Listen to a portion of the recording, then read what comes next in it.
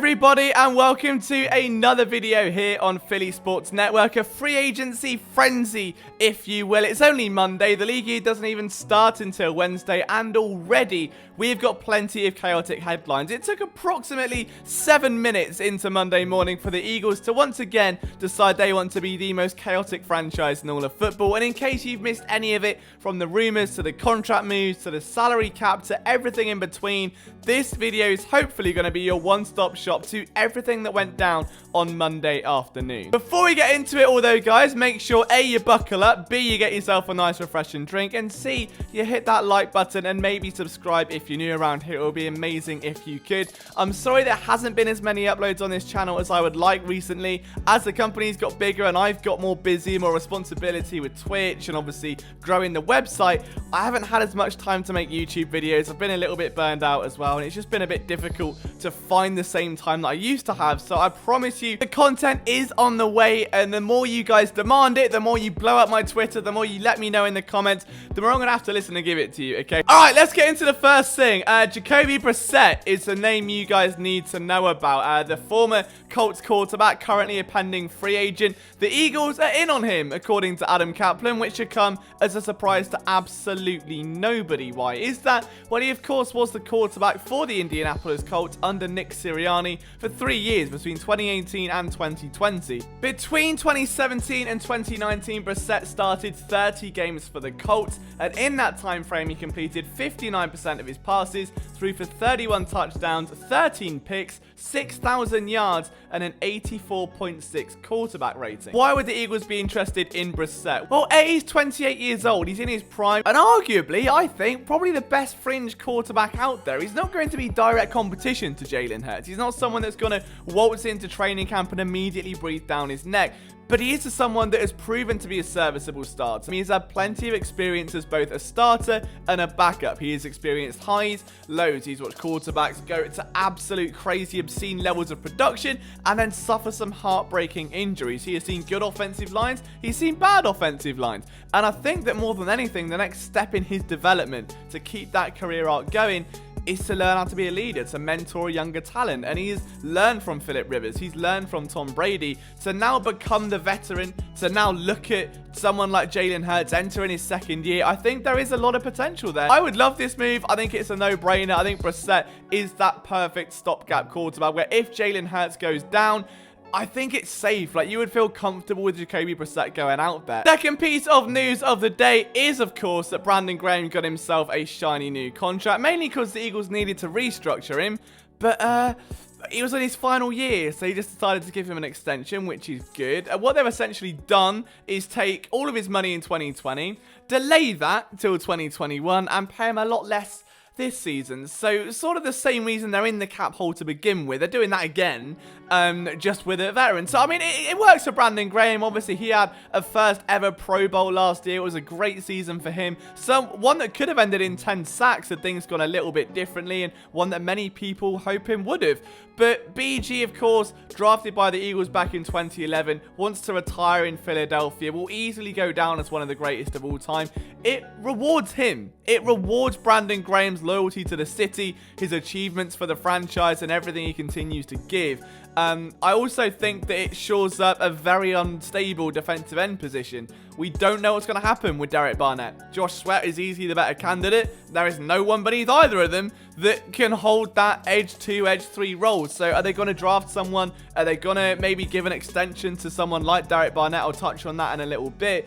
We don't really know, but until they shore that position up, there is no certainty outside of BG, and if you can continue to get production from him, why not pay him a little bit of a bonus and say, thanks for taking a pay cut, here's $3 million, you can have that up front, we'll give you the rest of your money next year. Makes a ton of sense. Doesn't make a ton of sense though. Giving restructures to guys like Darius Slay, like Isaac Seumalo, like literally anyone who has a contract worth anything of remote value on the team, that's okay, as long as it's to get under the cap, right? That was the whole point, that the Eagles were drastically over the cap. They started at $70 million at the start of the offseason. They've now chopped that down. I think they're just under it at the minute, if the reported restructures are to be true. But now what we're seeing is apparently that the team don't want to do anything with Derek Barnett, which is interesting because, of course, he costs $10 million in a 5th-year option, a cap hit which can be fully moved if they get rid of him before the start of the league year. If you've been around this channel, you know my thoughts on Derek Barnett. I'm not his biggest fan. Took him 4 years to learn how to spin in a circle. I'm not his greatest advocate. I think at 24 years old, he absolutely does have upside, and everyone compares him to Brandon Graham.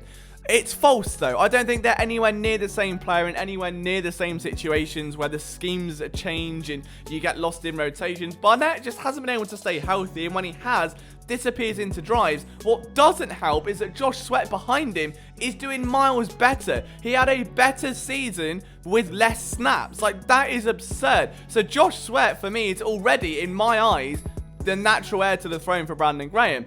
Derek Barnett, at the very least, should be looking at a restructured contract here. If he's not traded or cut, I mean, it has to be a restructure. There is no way they can go into that year paying him over $10 million and being okay with it. So just give him, I don't know, like a 1 to 2 year deal with a 5 to 6 million cap here. Like, just shave some off. I don't see the problem with that. But apparently, they're just making all these moves and not touching Derek Barnett. Here is the most obvious one. Now, I don't know about you guys, but if my house is constantly setting on fire because I'm terrible at cooking and I had the opportunity to order takeaway, I wouldn't carry on cooking knowing it's going to set fire. I would just go for the simpler, easier, more attainable solution. The Eagles apparently don't want to do that and are probably going to wind up paying Derek Barnett $10.5 million next year. I don't like that. If they go through all of this drama, all of this struggle to get these guys, these veterans who have earned their paydays, guys like Lane Johnson and Brandon Brooks and Darius Slay, to get them to move that money around, to delay their payday, just so you can take a flyer on Derek Barnett, who has proven nothing in 4 years, I don't get it, I'm not a fan of it, and I really wish that isn't true. But finally, a little bit of shock news here, that Jalen Mills has signed with the New England Patriots. If that's not the most shocking thing, though. It's the $24 million with 9 of it guaranteed over 3 years. Jalen Mills. I mean, I'm happy for the guy. Secure your bag, you know. At the end of the day, of all the stick he gets, and I've given him a lot over the years, the one thing I can say about Jalen Mills, hand on heart, is that he has had more shit taken than any other player I've seen in about 5 years in Philadelphia. From Carson Wentz all the way through the offensive line, the secondary, it's always been Jalen Mills because he bites on double moves, because he's not a great cornerback. He was a 7th round pick and was never great anyway, but somehow ended up being a star. Anyway, look, Jalen Mills endured a lot from the fans, a lot of abuse, a lot of jokes, a lot of memes. Never once did you hear a whisper from him. Never nibbled, never posted a story, never shouted at fans, never overreacted, never lost himself in the drama. He just got on with it. And he was a Philly guy. Like, he was a rah-rah locker room voice. There was a lot of physicality to his game. Like, he hit like a freight train. He was a monster in the secondary when it came to tackling, and he riled guys up around him. The team have lost a locker room leader there. And again, he may not be the best player, but as a safety last year, had a career year. And he moved into that box role to negate the loss of Malcolm Jenkins, and he was flying around, hitting people, breaking up passes, and looking all right. And I think looking all right, it's probably the best he's ever looked in Philadelphia, and that's fine. Now, is he going to be an all-pro in New England? Probably, because that's the way of the world. But the Eagles have now got a problem where they've not only lost him, they've also lost Rudy Ford, who's also been paid a ridiculous, I think it's like $4 million, which is a stupid sum of money for someone that has been a perennial special teamer haunted by injury. That's not great. But now the Eagles safety room is down to Rodney McLeod coming off an ACL, Grayland Arnold, Kayvon Wallace, of course, who was a 4th round pick last year, and Marcus Epps.